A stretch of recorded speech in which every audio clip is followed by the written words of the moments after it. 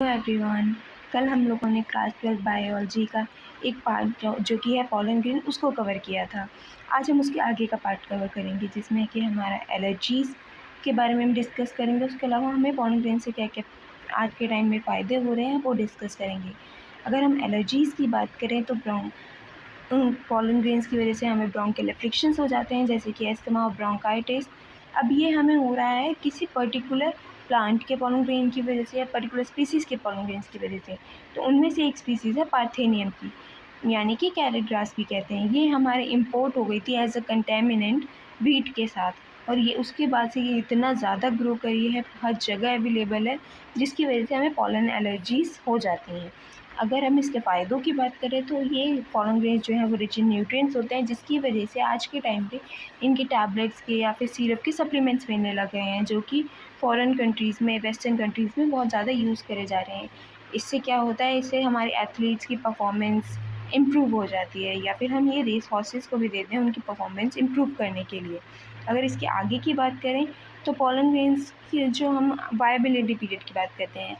Viability period basically एक ऐसा period होता है जिसमें ही pollen grain can do fertilisation, उसके बाद वो फर्टिलाइज़ नहीं कर पाएगा। तो वो वायबिलिटी पीरियड के विदिन ही अगर पॉलन ग्रेन स्टिग्मा पे लैंड कर जाता है, then only the pollen grain can do fertilisation. अगर उसके बाद भी वो उस पर लैंड करेगा तो फर्टिलाइजेशन नहीं हो सकता। लेकिन इससे हमें ये पता लगता है कि पॉलन ग्रेन्स में बहुत ज़्यादा वैरायटी होती है वायबिलिटी पीरियड की। अलग अलग स्पीसीज़ का अलग अलग वायबिलिटी पीरियड होता है।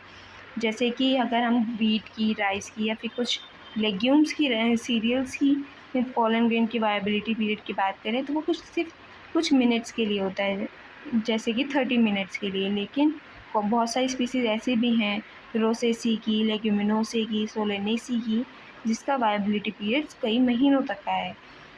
जैसे कि आजकल आपने सुना होगा, हम सीमेन या फिर स्पर्म को प्रिजर्व करवा सकते हैं आर्टिफिशियल इंसेमिनेशन के लिए। ये सब प्रिजर्वेशन कैसे होती है, -196 डिग्री सेल्सियस नाइट्रोजन पे प्रिजर्व किया जाता है। वैसे ही आज के टाइम में पॉलन ग्रेन्स को भी प्रिजर्व किया जा रहा है, सो दैट इन फ्यूचर हम उन पॉलन ग्रेन्स को यूज़ कर सकें एज अ पॉलन बैंक। अगर आप लोगों को ये सब समझ आया हो तो do let me know in the comment section, and do like, share and subscribe to this channel.